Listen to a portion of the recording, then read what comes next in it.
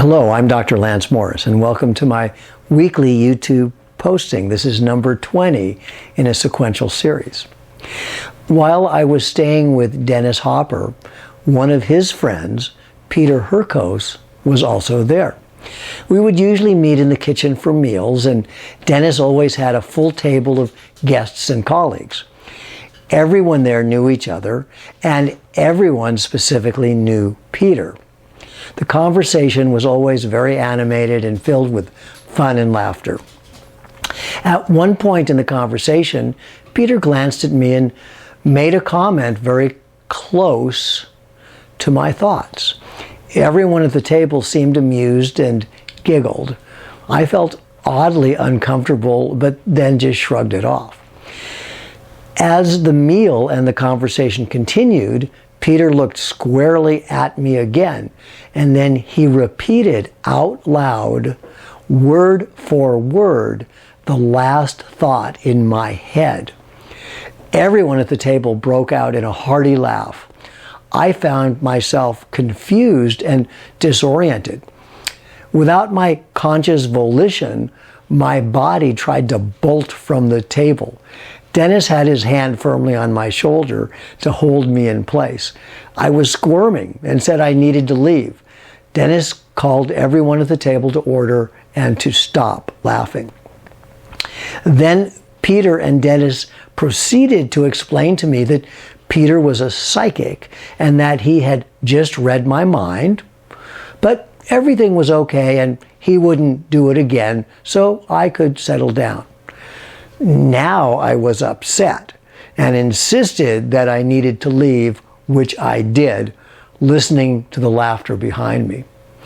When I next met Peter and Dennis, they shared Peter's backstory. Peter was a house painter in the Netherlands. When he was 30, he fell off a ladder, hit his head, and went into a coma. Prior to this incident, Peter had no interest nor inclination toward anything that might be construed as psychic. When he woke up in the hospital, there was a group of medical staff with their backs turned to him talking loudly. Peter called to the group to please be considerate as he was trying to rest and stop talking so loudly. They all turned in unison. No one said a word, but in Peter's head was a cacophony of voices. As you might imagine, Peter had no on-off switch for this new ability.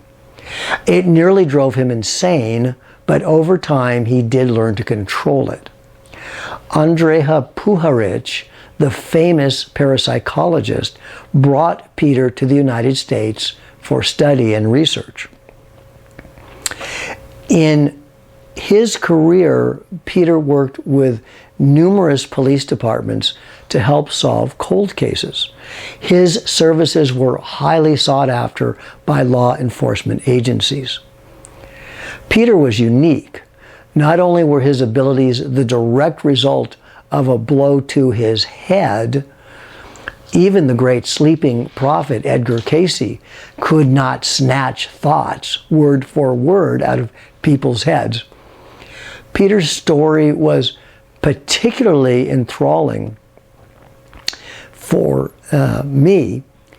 Even as a young child, I believed that people had paranormal abilities. But for some reason, I held the belief that paranormal abilities were a divine gift. Either you had them or you didn't.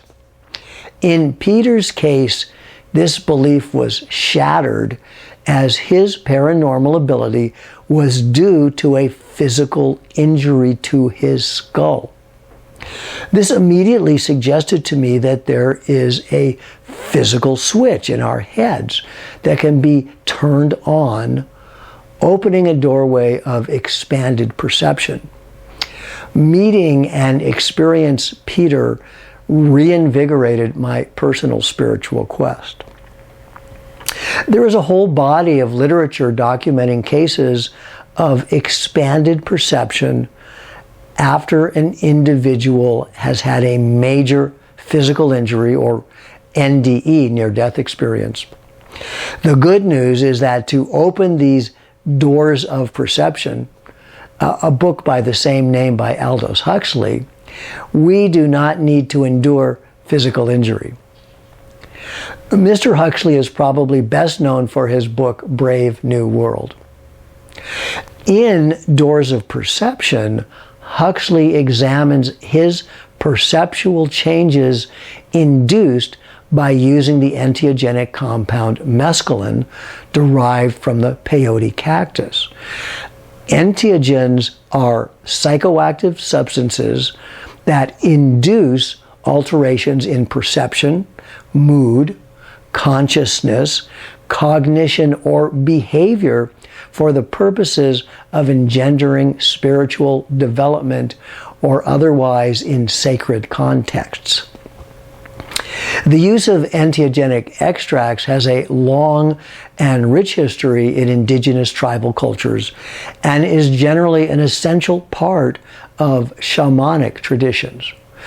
It is interesting to note the current resurgence in the academic, medical, scientific, and spiritual arenas relative to entheogenic substances and their synthetic analogs. Other ways that we can enhance our personal ability for expanded consciousness involve a wide variety of meditative or contemplative techniques. Movement meditation forms like Tai Chi, Qigong, yoga, or my own RMM, resonant movement meditation, that adds the use of vocal toning or mantra. Mantra is specifically chanting sacred syllables like Aum, Ah, or Hu. These tools help us to change or modulate our own frequencies to open the doors of perception into unlimited possibilities and dimensions. Please join me next week, and remember to subscribe, like, and share. Goodbye for now.